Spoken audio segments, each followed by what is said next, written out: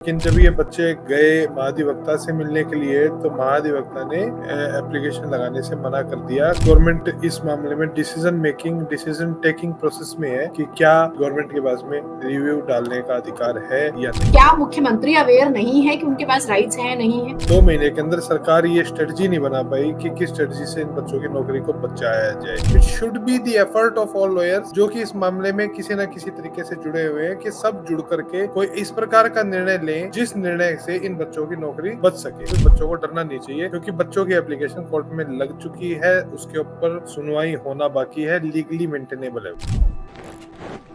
नमस्कार, checkpost news पर आप सभी का स्वागत है। आपके साथ मैं हूं जीनत सिद्दीकी। हम लगातार जॉब्स की बातें करते हैं। वैसे हमारी कोशिश होगी कि हम अलग अलग स्टेट्स की जॉब्स को लेकर भी बात करें, लेकिन सीईटी और 20 ग्रुप्स पर हम इन दिनों ज्यादा फोकस किए हुए हैं। ऐसा लगा कि मामला कोर्ट में है, ठीक है, अब एक एक तरीके से सिलसिलेवार तरीके से चीजें होंगी, लेकिन फिर से चीजें खराब होती जा रही हैं क्योंकि आज कुछ स्टूडेंट्स जो हैं, मैं कहूँ कि बड़ी संख्या में जो कैंडिडेट्स हैं वो चंडीगढ़ पहुंचे।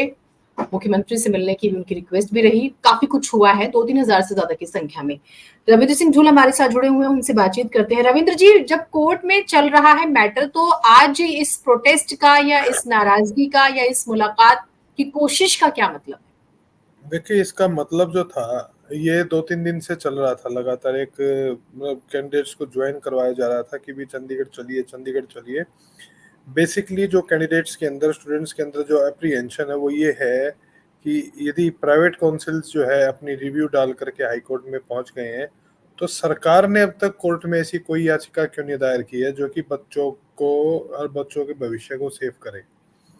आज के जो है चंडीगढ़ इन सबके आने का पर्पज ये था कि मुख्यमंत्री से मिल करके उनके ऊपर दबाव डाल करके उनसे मांग रखेंगे कि सरकार भी अपने एंड पे जो है चीजें लगाए, कोई एप्लीकेशन लगाए, कोई रिव्यू लगाए, क्लेरिफिकेशन लगाए और इस मामले में बच्चों की हेल्प करे।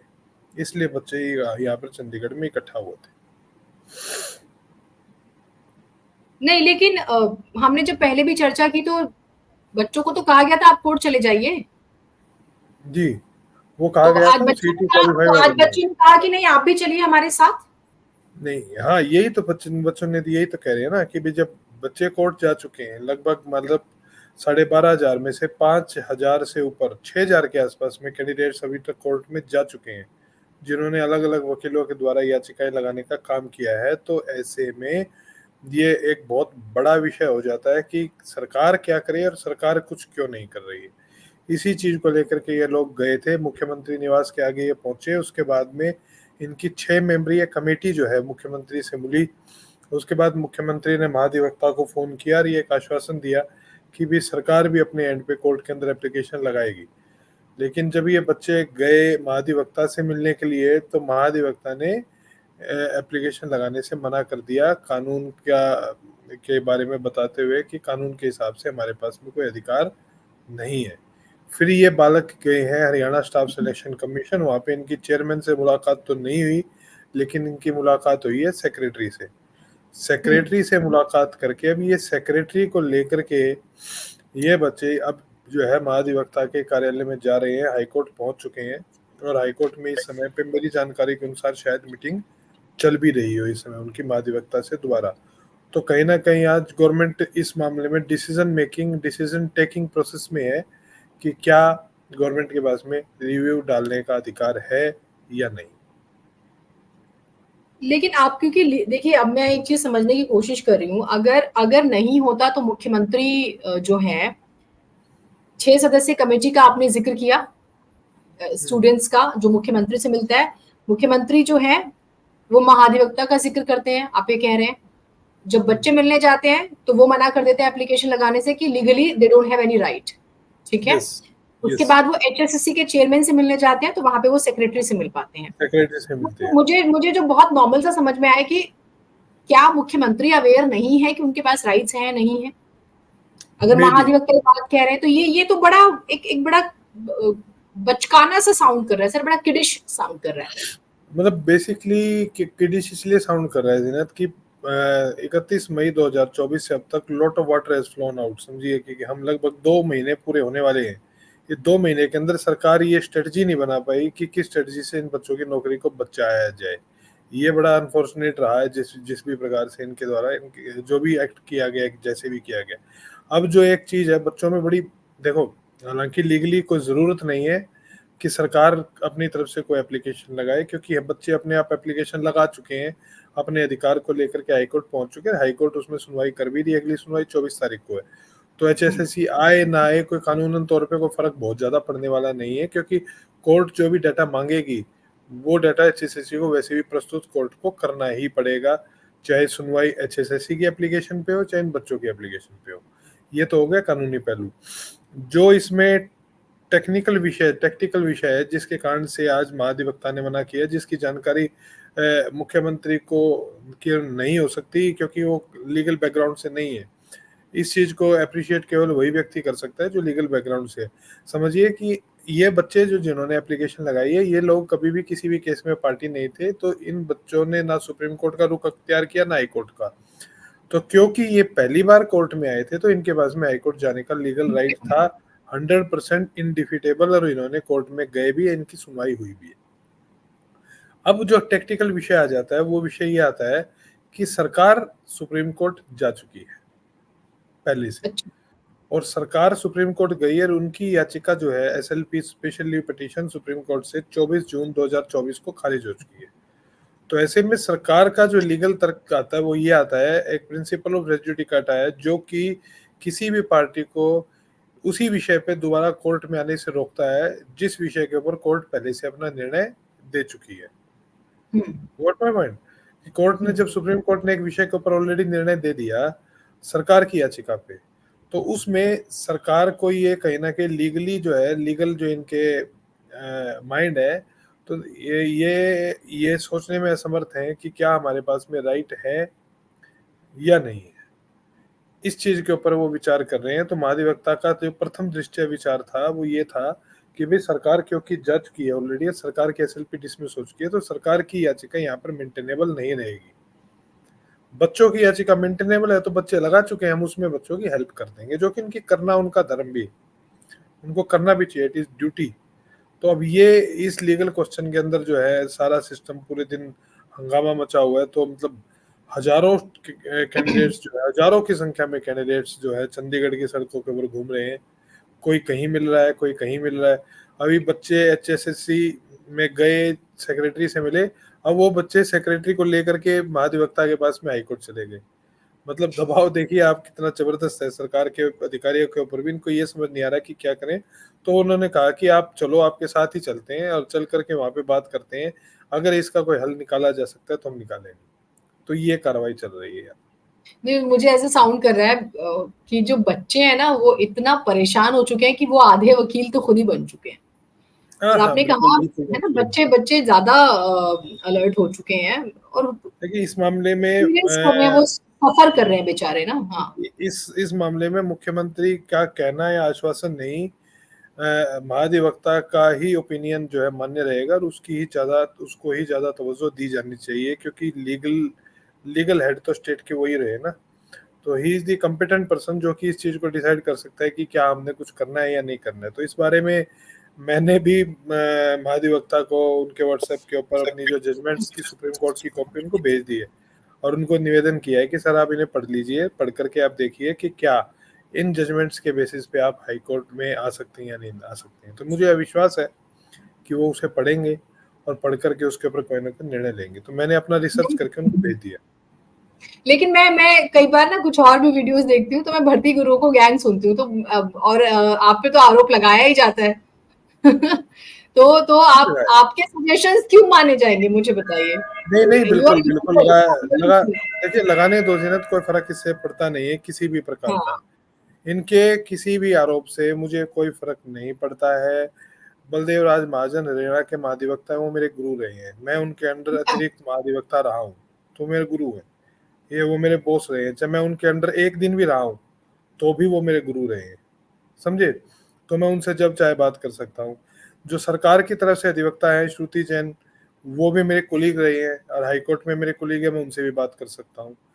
हिम्मत सिंह जो चेयरमैन है HSSC के वर्तमान में, वो एडवोकेट हैं, डिप्टी AG रहे, वो डिप्टी AG वो मेरे साथ ही रहे जब मैं एडिशनल एडवोकेट जनरल था, वो मेरे ही उसके अंदर डिप्टी एडवोकेट जनरल थे, तो वो भी मेरे साथ मेरे कुलीग रहे हैं और मेरे से लगभग 12-13 साल जूनियर है और एडवोकेट है, तो मैं उनसे भी बात कर सकता हूँ।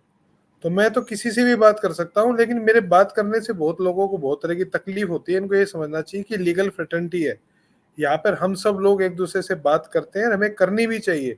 यदि कोई ठीक बात। सॉल्यूशन बात करके निकलता है तो मेरे हिसाब से बात करना ज्यादा बेहतर है, बजाय इसके कि एक दूसरे से लड़ाई करना। It should be the effort of all lawyers, जो कि इस मामले में किसी न किसी तरीके से जुड़े हुए हैं, कि सब जुड़ करके एक साथ कोई इस प्रकार का निर्णय लें जिस निर्णय से इन बच्चों की नौकरी बच सके। ये ज्यादा महत्वपूर्ण है। अच्छा, 24 तारीख को तो इस मामले में सुनवाई है भी ना? जी, ये फिर जल्दबाजी इसलिए तो हो रही है ना, लगातार चंडीगढ़ के अंदर जो चक्कर काटे जा रहे हैं कि 24 तारीख से पहले सरकार अपनी रिव्यू दायर कर दे। तो मेरी जानकारी के अनुसार आज सरकार इसके ऊपर निर्णय ले लेगी। तो जो जजमेंट्स मुझे लगता था कि कहीं न कहीं सरकार को इस कंक्लूजन पे लेके जा सकती है, वो सभी जजमेंट्स की कॉपी मैंने महाधिवक्ता को प्रेषित कर दी है और वो उसको पढ़ लें, और पढ़ कर के मुझे विश्वास है शाम तक वो अपना निर्णय ले लेंगे। लेकिन यदि वो निर्णय नेगेटिव में भी आता है कि भाई सरकार अपनी एंड पे कोई एप्लीकेशन नहीं लगाएगी, तो भी बच्चों को डरना नहीं चाहिए, क्योंकि बच्चों की एप्लीकेशन कोर्ट में लग चुकी है, उसके ऊपर सुनवाई होना बाकी है, लीगली मेंटेनेबल है वो। There is nothing wrong in that. 20 groups और सीईटी की हम बात करते हैं। फाइनल सवाल ले लेती हूँ, क्योंकि आपके पास टाइम की थोड़ी सी बाउंडेशन भी है। अलग अलग इसमें भी ना बड़े ग्लिचेस हैं, शायद सर आप बेटर समझा पाए सर। बीसीए, बीसीबी, ईडब्ल्यूएस, बहुत वो सारे पॉइंट्स बीसीए सब उलझे हुए हैं। बीसीए हाँ बीसीबी ईडब्ल्यूएस की जो विषय है वो 20 ग्रुप्स का विषय नहीं है। वो विषय अब चल रहा है सीईटी की जो हरियाणा पुलिस की भर्ती है उसके अंदर। हाँ। वो एक बड़ा एक सेपरेट चर्चा का विषय होगा, हम दोबारा इसके ऊपर चर्चा कर लेंगे, आप मुझसे कर लेना। वो बड़ा बड़ा भारी एक सिस्टम जिसके कारण लगभग 4,000 से ऊपर लोगों को इनएलिजिबल कर दिया गया है ड्यूरिंग दी रिक्रूटमेंट प्रोसेस। तो बड़ा एक हंगामा यहाँ पे मेरे घर से कुल 2 किलोमीटर दूर चल रहा है। सेक्टर 3 के अंदर एक स्टेडियम है, उस स्टेडियम के अंदर ही हंगामा चल रहा है इस टाइम। इतने सारे टॉपिक्स जब मैं पढ़ने बैठती हूँ, जी कुल मिला के आपको लगता है कि गवर्नमेंट प्रेशर में आएगी? अगर महाधिवक्ता को लेके एचएसएससी के सेक्रेटरी की बात हो रही है, महाधिवक्ता की बात हो रही है, सब इन्वॉल्व तो हो ही रहे हैं ना सर। हाँ अब ना, आप इन्वॉल्व हो रहे हैं। देखो, इनकी ड्यूटी ड्यूटी सबकी बनती है, हम सबकी मिल करके भी बनती है ड्यूटी। इसमें कोई गलत किसी भी प्रकार का नहीं है। जब आप कोऑपरेट करते हैं, जब आप सेलेक्टेड कैंडिडेट्स को बचाने की तरफ आते हैं, तो बट नेचुरल सी बात है, आपको सरकार के पक्ष में ही खड़ा होना पड़ता है। तो इस विषय में कहीं ना कहीं जो है हमारी ड्यूटी बनती है। उस ड्यूटी के तहत हम सब लोग एक दूसरे से बात करके ही एक कंक्लूसिव निर्णय के ऊपर पहुंचेंगे, जिस निर्णय से इन बच्चों को नौकरियों को बचाया जा सके। पर आपकी बात से मैंने एक बात समझी कि अगर गवर्नमेंट नहीं भी स्टैंड लेती है तो बच्चे तो जा चुके हैं, तो उनको डरने की जरूरत नहीं। बिल्कुल भी नहीं, कोई जरूरत भी नहीं है सरकार की एप्लीकेशन की। We don't need it, even not required at any stage. मैंने सबको कहा, लेकिन क्या होता है ना कि पैनिक जब क्रिएट होता है तो बच्चों को ये लगता है कि पहली ड्यूटी तो सरकार की है। हाँ, ये होता है। और शायद मे बी इलेक्शन स्टेट है ना, तो इलेक्शन में जाने वाले हैं, तो अगर आप ऐसे प्रेशराइज करते हैं थोड़ा सा, तो अब कई बार ऑपोजिशन भी मुद्दा बना लेते हैं। ऑपोजिशन जी तो मुद्दों के उसमें होता ही, और बैठे बिठाए जी मुद्दा जी मिल भी जाता है, तो जी ये एक बिल्कुल बड़ा मुद्दा बन भी सकता है। शायद ये भी एक रीजन होगा। बिल्कुल बनना बिल्कुल। चाहिए, जॉब्स जॉब्स मुद्दा बनने चाहिए पॉलिटिकल, वैसे भी। जॉब्स मुद्दा है, बिल्कुल मुद्दा है मेरे हिसाब से। जब तक एलिजिबल लोगों को, कॉम्पिटेंट लोगों को नौकरी नहीं मिलेगी, ये मुद्दा बनेगा ही बनेगा। कोई और पॉइंट जो आप ऐड करना चाहें ढूल साहब?